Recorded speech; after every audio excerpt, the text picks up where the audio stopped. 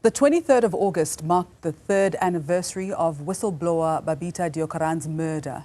Deokaran, who was gunned down outside her home in Mondio, south of Joburg, was the Gauteng Department of Health's acting chief director for financial accounting. She was a key witness in the SIU probe into the department's PPE corruption scandal. On several occasions, President Cyril Ramaphosa has made promises for protection and incentivizing whistleblowers. And now to chat more on the plight of whistleblowers in the country, I'm joined by Corruption Watch Executive Director Karam Singh and Whistleblower House Executive Director Theron. Good morning and welcome to Newzroom Afrika to the both of you. Good morning. Thank you for having us. Let me start with you, Ben. The Whistleblower House was established to assist the whistleblower holistically. Now, what are the often overlooked challenges that are faced by whistleblowers in the country?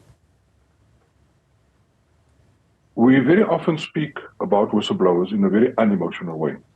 But these are real living beings, human beings, who have parents, children, spouses, etc.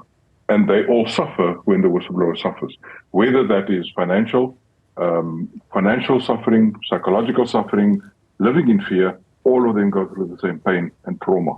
And it doesn't only stretch over days, it actually stretches over years, because after a whistleblower has blown the whistle, it's extremely difficult to find jobs. And the idea of the Whistleblower House is exactly to support them in all those categories as well as the legal environment.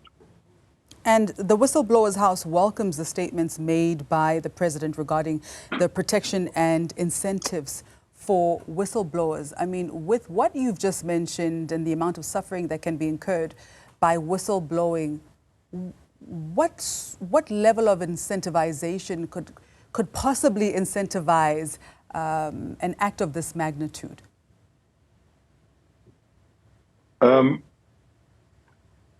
The President, we welcome, you asked me the question, the President, we welcome the President's announcement about the legislation that will be toughened up, etc. It has been 2 years since this has been, the document has been released regarding public comments.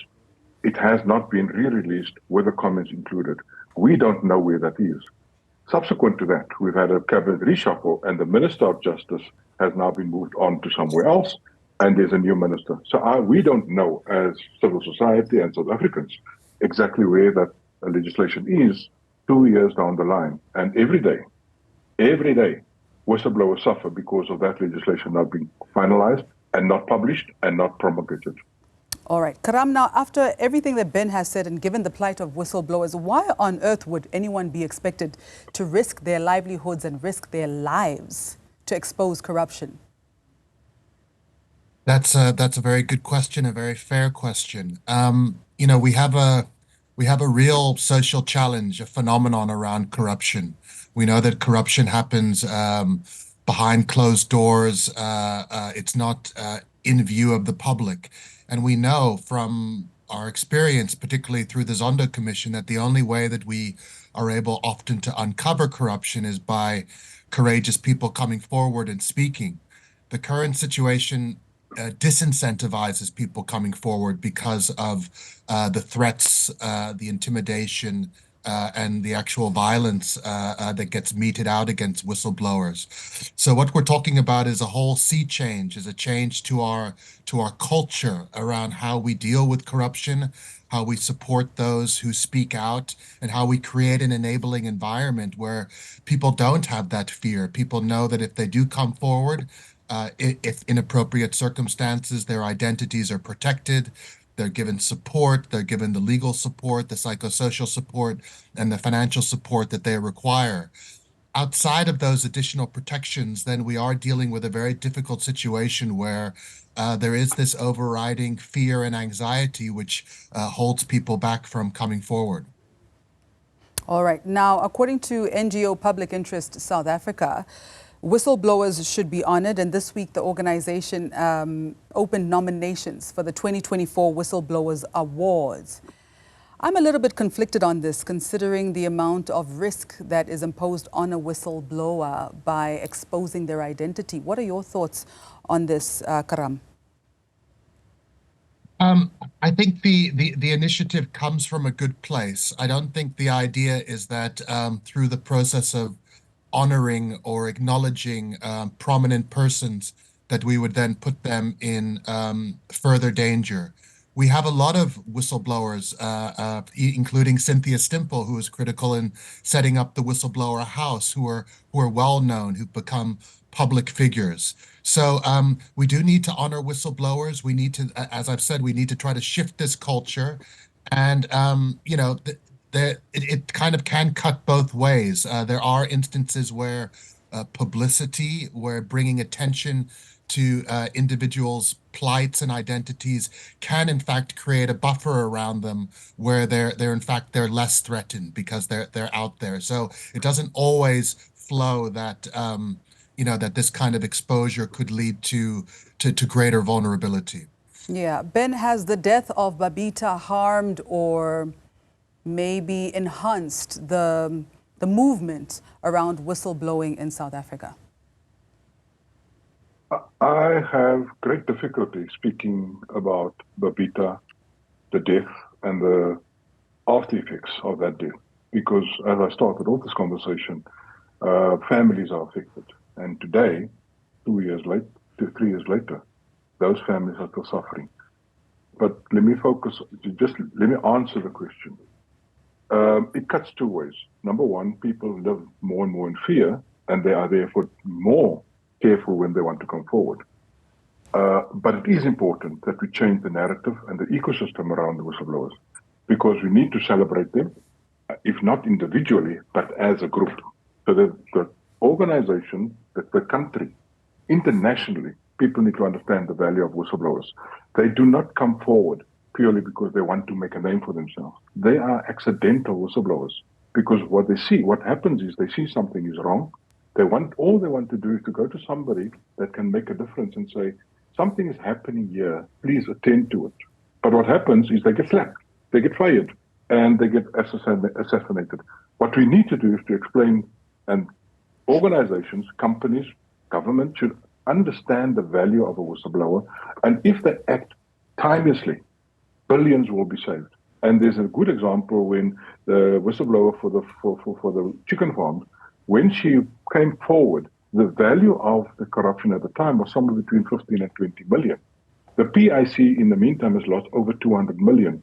And if they acted 3 or 4 years ago, 200 million would have been saved. But nobody does that. Yeah. And the whistleblower suffers. And Ben, you say if the government understands, does the government understand is the question. I mean, do you think that our justice system is working hard enough to really, truly get to the bottom of cases that are brought forward by whistleblowers, especially in light of the fact that Babita's case is still hanging 3 years after her murder?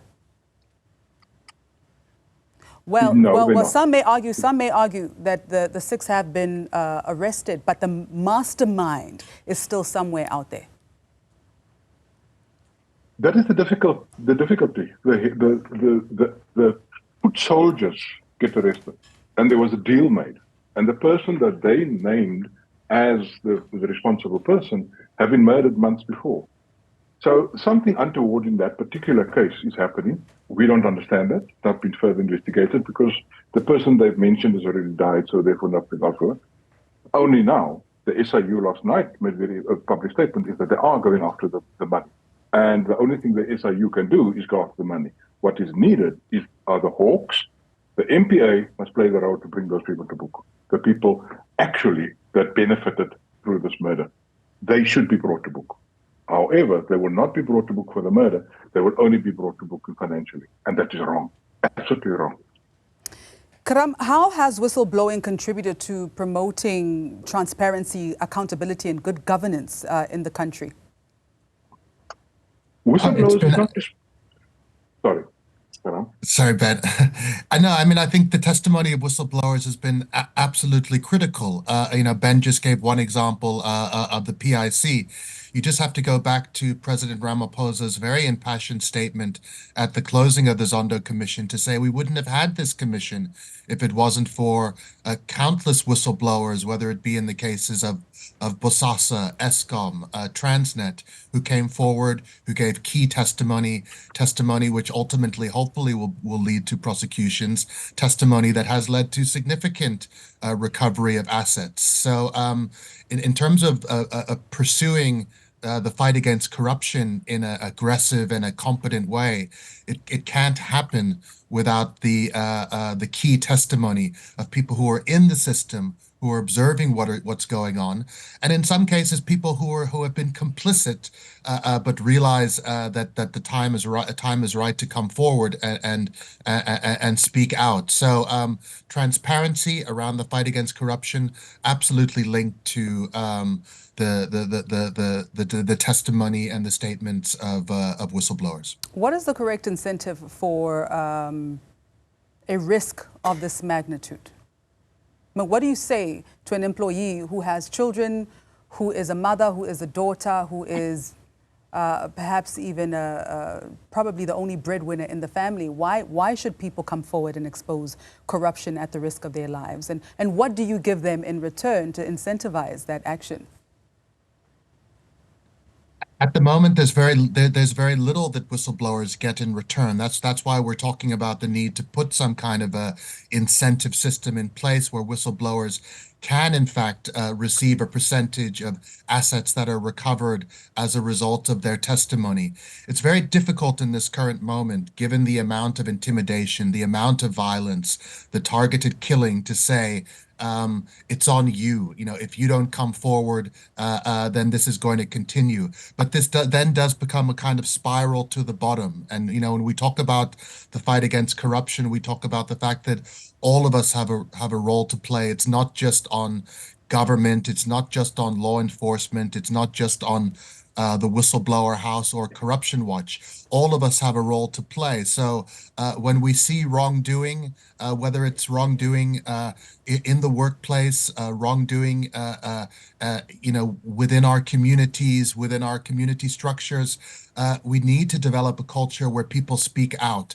Over time, we can shift this if more people speak out, but we really need you know, the public sector to come forth and think about the sound recommendations of the Zondo Commission in terms of how we enhance a whistleblower support and protection system, because right now it is very challenging to as you say, to tell that person who's the sole breadwinner that they won't lose their job, that they won't be intimidated, that their family won't be put on under threat if they come forward. That's the challenge that we sit with at the moment.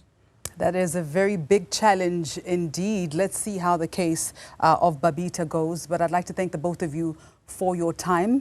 Thank you so much. That was Corruption Watch Executive Director Karam Singh and Whistleblower House Executive Director Ben Theron.